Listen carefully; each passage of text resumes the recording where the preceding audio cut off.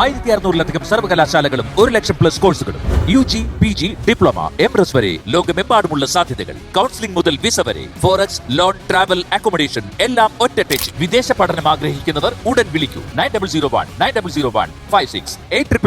800120. മോളിപ്പോ വിളിച്ചായിരുന്നേ? ഈ പാതിരാത്രിയിലോ? ആ, ഉണ്ണിയുടെ അമ്മയും അവളെ കണ്ട് പേടിച്ചെന്ന്, ലക്ഷ്മിയെ കണ്ട് പേടിച്ചെന്ന്.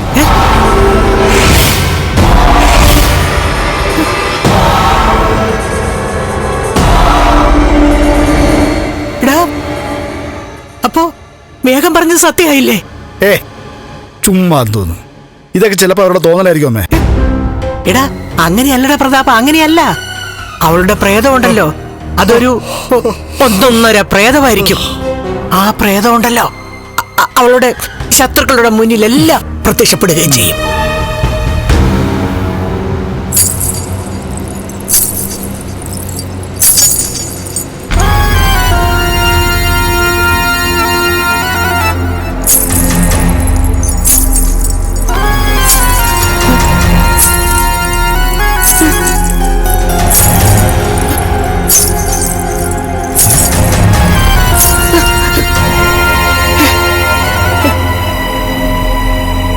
നീ കേട്ടോ? എന്ത് കേട്ടോന്ന്? നീ കേട്ടോ എന്തെങ്കിലും? ഞാനൊന്നും കേട്ടില്ല. ചിലങ്കയുടെ ശബ്ദം കേട്ടോ? അമ്മേ, അത് ചീവീട് കരയുന്ന. ഓ, ചീവീട് ഇപ്പൊ ചിലങ്കയുടെ ശബ്ദത്തിലാണോടാ കരയുന്നത്? അമ്മ, ഇനിയിപ്പോ എന്ത് കേട്ടാലും അത് അവളുടെ ആത്മാവാണെന്ന് നമുക്കൊക്കെ തോന്നും. പ്രതാപ, ഈ നായ്ക്കൾക്കൊക്കെ പേയാ. ഇപ്പോ ഈ പേ പിടിച്ച നായ്ക്കളെ പോലെ അല്ല ഇപ്പൊ ഓരോരോ നായ്ക്കൾ കരഞ്ഞോണ്ടിരിക്കുന്നേ. ആ വൃത്തികെട്ട ജന്തുക്കളുടെ കരച്ചിൽ കാരണം ഞാൻ കുറച്ചു മുമ്പ് അങ്ങോട്ട് ഉറങ്ങിയതേ ഉള്ളൂ. അതിനിടയില നീ വന്ന് തട്ടി വിളിച്ചത്. ഇനി ഉറങ്ങാൻ പറ്റിയ ഭാഗ്യം. ഉറങ്ങാൻ പറ്റുമേ? നാളെ നമുക്ക് തോമസ് വൈദ്യന്റെ വീട്ടിലേക്ക് പോകണ്ടല്ലേ? ആ, അതിനു മുമ്പ് നമുക്ക് മറ്റൊരിടം വരെ പോണം. എവിടെ?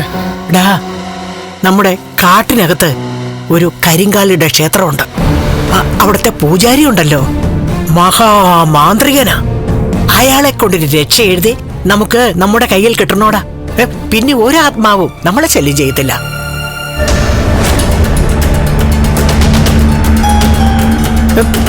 അതുമാത്രമല്ല, നിന്റെ ഒഴിച്ചിലും പിഴിച്ചിലും ഒക്കെ കഴിഞ്ഞു വന്നാ നമുക്ക് ഉടൻ തന്നെ ഒരു മന്ത്രവാദം ഇവിടെ നടത്തണം അയാളെ കൊണ്ട്.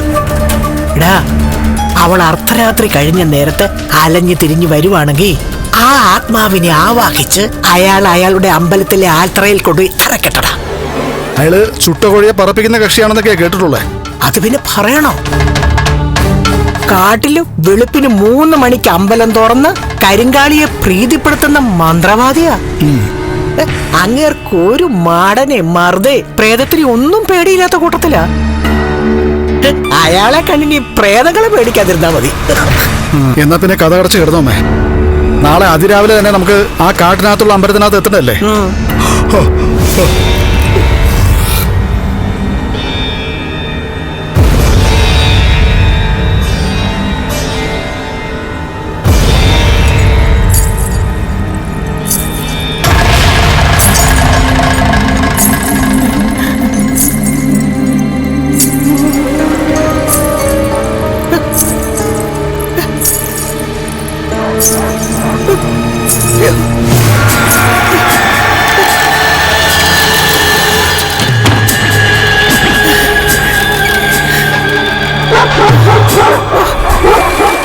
എന്റെ പൊന്നെ, ഈ ജന്തുവിന് ഉറക്കമില്ലേ?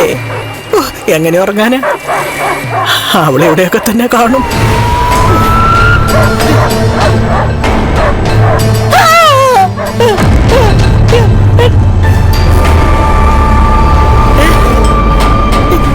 ഞാനാണല്ലോ.